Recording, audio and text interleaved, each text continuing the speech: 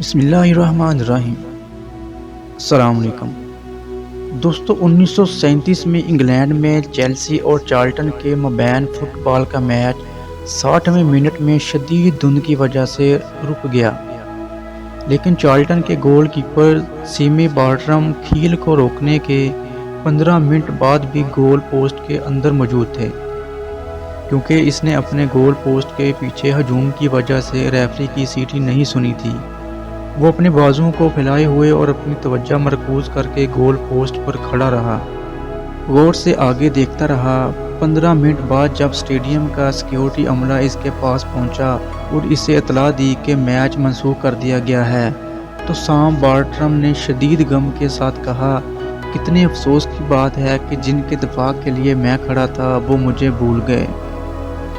दोस्तों, ज़िंदगी के मैदान में कितने ऐसे साथी मौजूद होते हैं जिनके मफादात के दफा के लिए हमने अपने वक़्त, सलाहियत और तवानाई सिर्फ किए होते हैं, लेकिन हालात की धुंध में वो हमें भूल जाते हैं।